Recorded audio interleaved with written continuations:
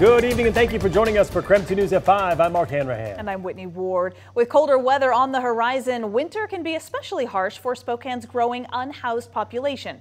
Today, the City of Spokane released parts of its inclement weather sheltering plan, kind of. One thing is for sure, the plan will look much different this year. KREM 2's Shannon Mowdy is digging into what we know about the plan and what we don't. Shannon?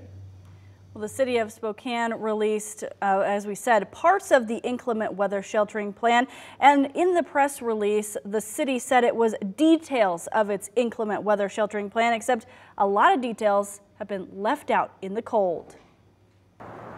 Spokane has now unveiled what it calls details of an inclement weather plan. But much of what we learned Monday was what we'd heard 2 weeks ago. That's what the RFP will finalize. On October 4th, KREM 2 News asked Dawn Kinder where the city will shelter people once we hit freezing temps. And that key detail, where people can seek shelter and warmth, seems to still be on ice. The RFP process, according to the city's own documents, is accepting applications for another week. Here's what we do know. The city has identified 357 surge beds across 6 potential sites, but not all of them will be used this winter. When we pressed on how many warming beds will be available, the city says it can afford to open 100 beds for 38 nights. Long gone. Because of funding. Yeah, no, I mean, we have $250,000 per year to spend on inclement weather, which includes, of course, the cold season, but also the heat season and the smoke season.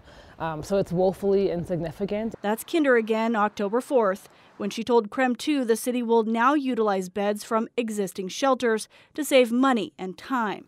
That's instead of setting up new pop-up sites. By utilizing existing services and providers, we could activate November 1 if it was cold. Under Spokane's own municipal law, the city has to publish and disseminate an emergency shelter plan, including names and locations of centers, center capacity, and a publicity plan for the vulnerable or unhoused. By law, that should be done no later than September 30th.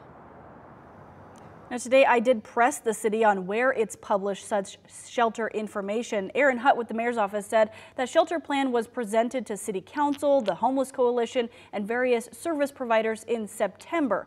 Except when I asked Maurice Smith of the Homeless Coalition, he said they still haven't been told where to refer unhoused individuals when it does dip below freezing.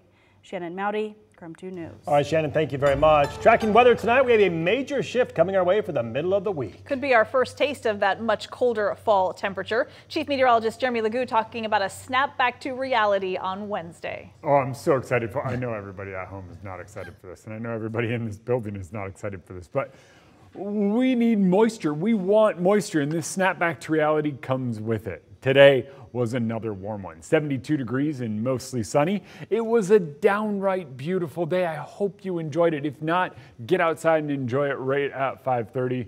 You've got a little bit of time because off the coast sits our next storm, and along with it, an atmospheric trough. And that combination is what's going to bring about much cooler weather as we move through the next few days. That trough is going to make its way to the east and bring with it first clouds, then rain, then wind, and a drop in temperatures. Clouds will arrive tomorrow morning. You're going to notice them right when you wake up. Despite the clouds, temperatures will still climb back up above those seasonal norms.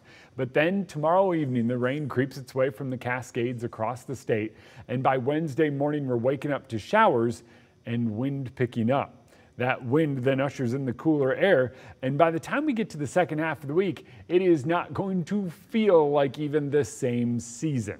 71 degrees tomorrow with increasing cloud cover. Wednesday brings about the rain and the wind with a high of 59 degrees. By Thursday, we top out in the low 50s, and by Friday morning, we're talking freezing temperatures here in Spokane. Jeremy, thank you very much. And with that cooler weather on the way, you'll want to make sure you have KREM 2 Plus. It is our new streaming channel for Roku, Amazon Fire, and Apple TV, and it is totally free. It's also your home for weather forecasts on demand and live radar when big storms are on the way. So make sure to get it now before the weather turns. We now know the identity of the man shot and killed at a Spokane Valley Safeway this weekend. Tonight, the Spokane County Sheriff's Office is still looking for a suspect.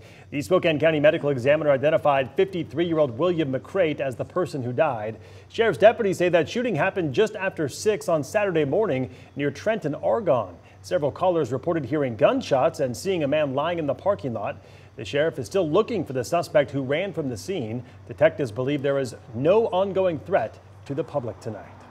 We are tracking a late season wildfire near Wenatchee. The Squilchuck Road fire started over the weekend. It is now about 30% contained. No structures have burned. Today, all evacuations were lowered to level 1, which is get set. But Chelan County Emergency Management is warning people in that area to stay alert, and if conditions change, state mobilization has been authorized for that fire. Possible listeria contamination has prompted a nationwide recall of nearly 10 million pounds of ready-to-eat chicken and meats used in a wide variety of foods from several retail brands. Some of the affected products were sold at Trader Joe's stores right here in our state. They include the Tarragon chicken salad wrap, chicken chow mein, salad with barbecue flavor, the turkey club wrap, and the lemon chicken and arugula salad, all with varying expiration dates. You'll also want to keep an eye on prepackaged salad, sandwich wraps, and frozen meals sold at stores like Walmart and Albertsons.